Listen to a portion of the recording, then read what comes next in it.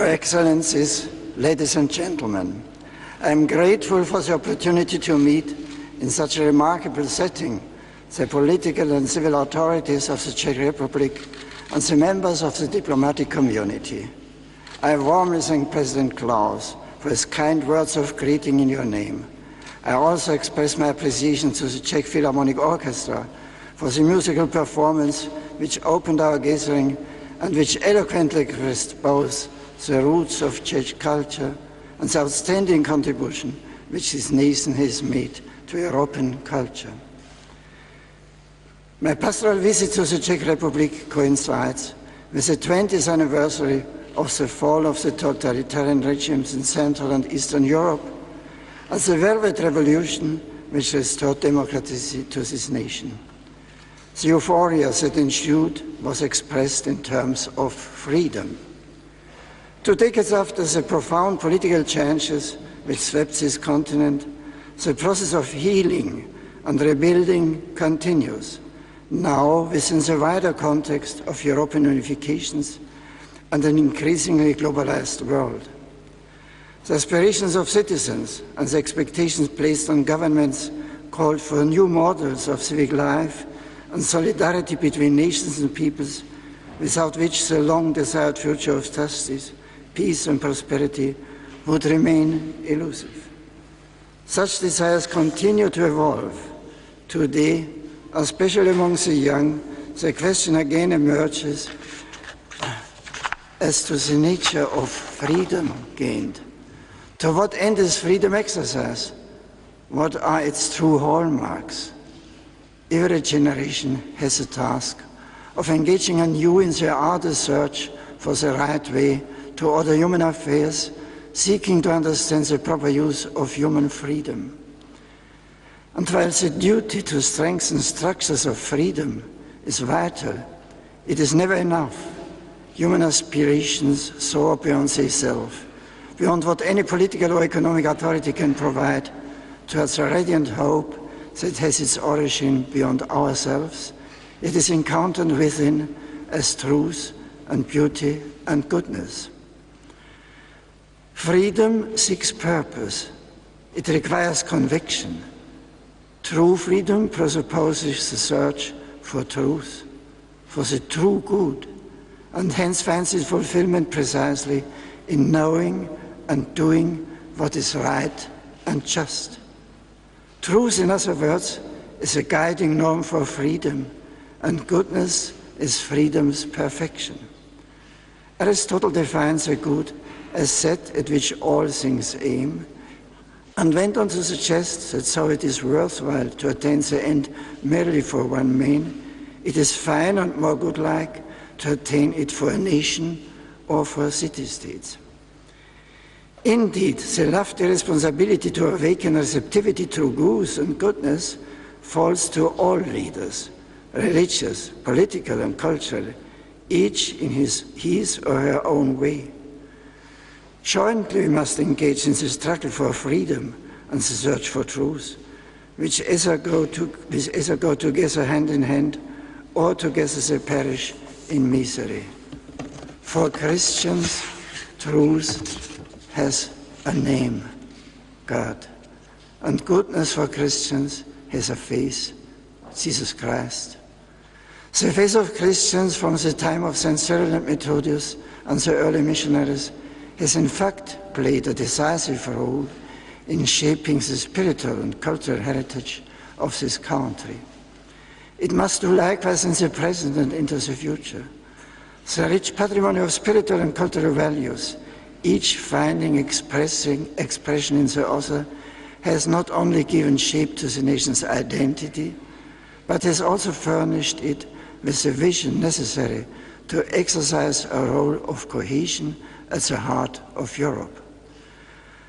For centuries, this territory has been a meeting point between various peoples, traditions and cultures.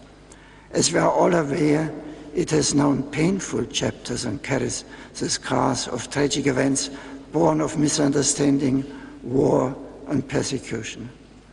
Yet it is also true that its Christian roots have nourished a remarkable spirit of forgiveness, reconciliation and cooperation, which has enabled the people of these lands to find freedom and to use in a new beginning, a new synthesis, a renewal of hope.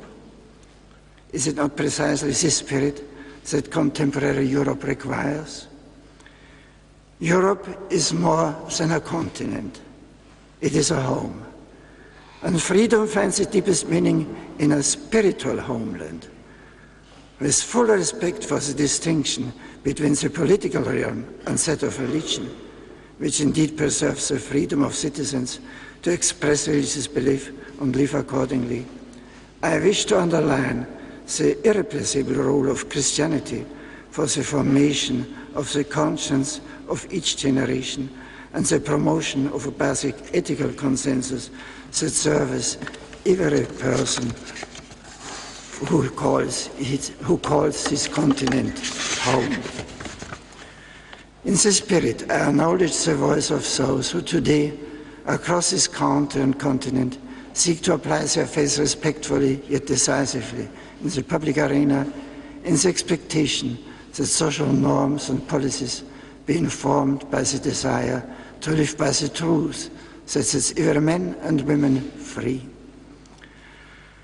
Fidelity to the peoples whom you serve and represent requires fidelity to the truth, which alone is the guarantee of freedom and integral human development. Courage to articulate the truth, in fact, serves all members of society by shedding light on the path of human progress, indicating its ethical and moral foundations, and ensuring that public policy draws upon the treasury of human wisdom. Sensibility to universal truth should never be eclipsed by particular interests, important though they may be, for such would lead only to new examples of the social fragmentation or discrimination which those very interests or lobby groups purport to overcome.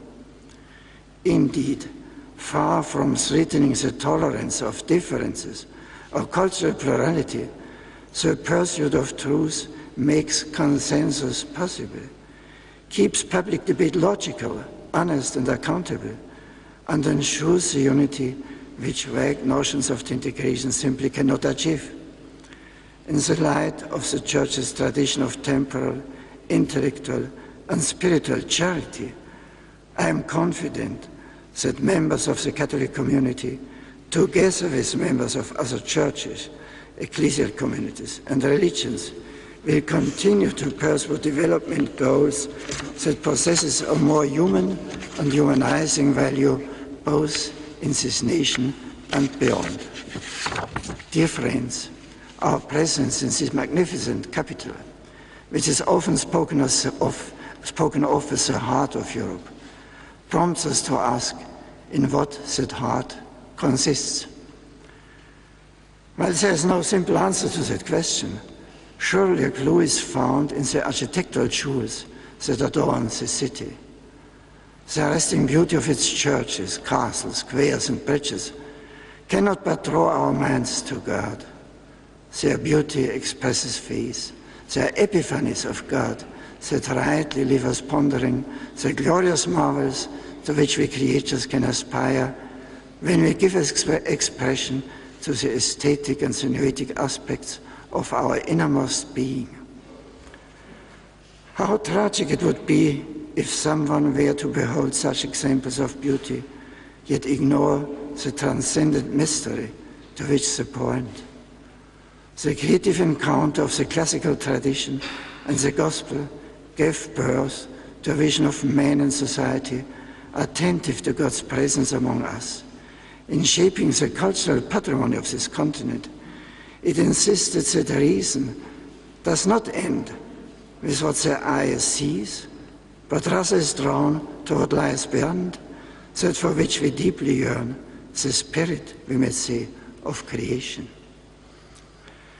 At the present crossroads of civilization, so often marked by disturbing sundering of the unity of goodness, truth and beauty, and the consequent difficulty in finding an acceptance of common values, every effort for human progress must draw inspiration from that living heritage. Europe, in fidelity to her Christian roots, has a particular vocation to uphold this transcendent vision in her initiatives to serve the common good of individuals, communities, and nations. Of particular importance is the urgent task to encourage young Europeans with a formation that respects and nurtures their God-given capacity to transcend the very limits which are sometimes presumed to entrap them. In sports, the creative arts and academic pursuit, young people welcome the opportunity to excel. Is it not equally true that when presented with high ideals, they will also aspire to moral virtue and a life of compassion and goodness?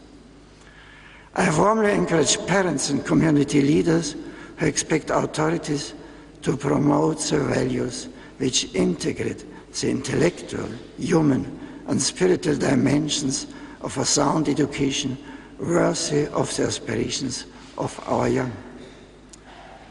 Veritas vincit. This is the motto that the flag of the President of the Czech Republic bears. In the end, truth does conquer, not by force, but by persuasion, by the heroic witness Luke's witness of men and women of firm principle, by sincere dialogue which looks beyond self-interest to the demands of the common good. The thirst for truth, beauty, and goodness, implanted in all men and women by the Creator, is meant to draw people together in the quest for justice, freedom, and peace. History has amply shown that truth can be betrayed and manipulated in the service of false ideologies, oppression, and injustice. But do not the challenges facing human family call us to look beyond these dangers? For in the end, what is more inhuman and destructive than the cynicism which would deny the grandeur of our quest for truth, and the relativism that corrodes the very values which inspire the building of a united and fraternal world. Instead, we must reappropriate a confidence in the nobility and breadth of the human spirit, in its capacity to grasp the truth, and let that confidence guide us in the patient work of politics and diplomacy. Ladies and gentlemen, with these sentiments I offer prayerful good wishes that your service be inspired and sustained by the light of that truth, which is a reflection of the eternal wisdom of God the Creator. Upon you and your families, I cordially invoke an abundance of divine blessings. Thank you.